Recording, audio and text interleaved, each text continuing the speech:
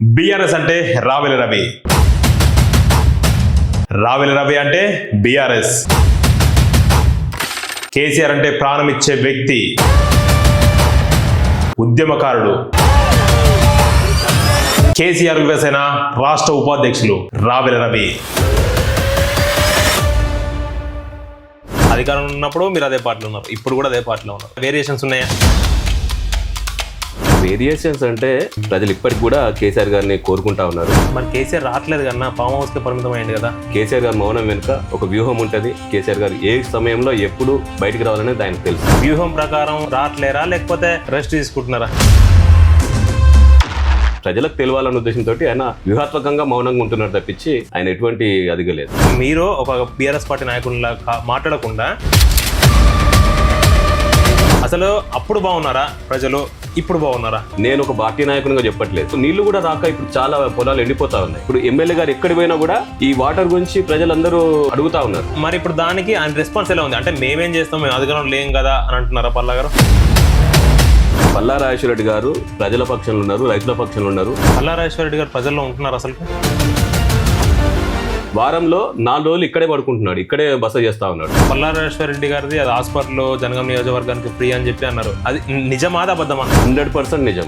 ఎవరికైతే ఆధార్ కార్డు ఉంటుందో ఆ ఆధార్ కార్డు తీసుకొని నీలిమ హాస్పిటల్కి వెళ్తే ₹1 తీసుకోకుండా ఆ నిర్ధారణ పరీక్షలు కానీ, అక్కడ అడ్మిట్ చేసుకోవడం కానీ, ఏదైనా ఆపరేషన్ అయితే ఆపరేషన్స్ అవ్వడం కానీ అవన్నీ ఆయన సొంత ఖర్చులతోటి చేస్తా ఉన్నాడు. ఫస్ట్ జనగాం జిల్లా వ్యాప్తంగా మొత్తం అందరు ఫ్రీ అన్నాడు, లేదు ఇప్పుడు తీసేసి ఓన్లీ ఆయన నియోజకవర్గం మాత్రం పెట్టుకున్నాడు హాస్పిటల్ ఫ్రీ అని.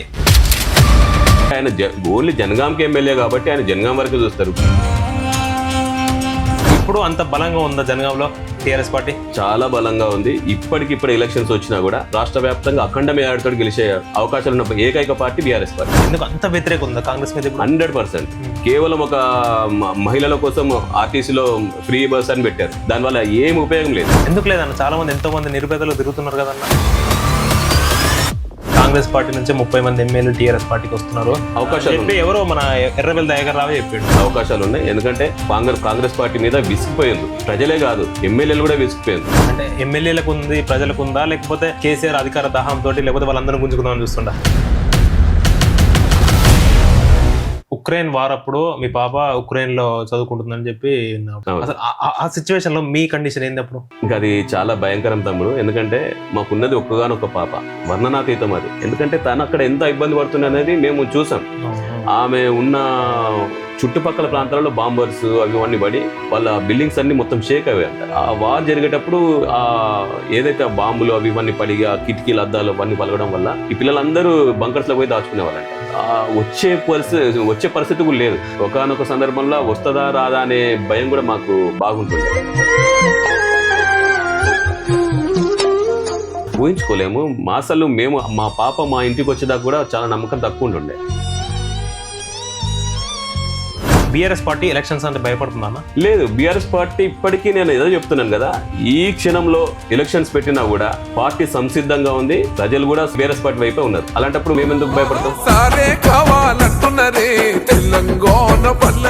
ఈ స్టేషన్ అప్పుడు చూసుకున్నట్లయితే స్టేషన్ అప్పుడు ఉప ఎన్నిక రాబోతుందన్నా? తప్పకుండా వస్తుంది. ఉప ఎన్నిక వస్తుందా? వస్తే టీఆర్ఎస్ పార్టీ గెలుస్తుందా? తప్పకుండా టీఆర్ఎస్ పార్టీ గెలుస్తుంది. అంత సత్తా ఉందా? ఎంపీ ఎలక్షన్స్ లో కాంగ్రెస్ పార్టీ 8 గెలిచింది, బీజేపీ కూడా 8 గెలిచింది. బీఆర్ఎస్ పార్టీకి ఏంటన్నా 0. బీజేపీ ప్లస్ కాంగ్రెస్ లోపాయికారు ఒప్పందం చేసి ఇది జరిగింది తప్పించి కాంగ్రెస్ పార్టీ వాళ్ళేమో బీఆర్ఎస్ బీజేపీ ఒకటి అంటారు, టీఆర్ఎస్ పార్టీలో ఏమో కాంగ్రెస్ పార్టీ బీజేపీ పార్టీ ఒకటి అంటారు. మీరేమన్నా పార్టీ మరి ఆలోచన ఉందా? కేసీఆర్ గారు అంటే గుండెల నిండా అభిమానం, కానీ మీకు పార్టీ పరంగా ఏం ఒరిగింది ఏం లేదు కన్నా. రానున్న మున్సిపల్ ఎలక్షన్స్ లో జనగాంలో మీ బీఆర్ఎస్ పార్టీ సత్తా చూపడుతుందా? తప్పకుండా చూపిస్తాయి. ఎందుకంటే మేమే కదా అధికారంలో ఉన్నది. ఇక్కడ మా ఎమ్మెల్యే గారు ఉన్నారు కాబట్టి ఖచ్చితంగా ఆయన చేస్తున్న అభివృద్ధిని చూసి ప్రజలు ఇప్పుడు బీఆర్ఎస్ పార్టీ మళ్ళా మున్సిపల్ ను కైవసం చేసుకుంటారు.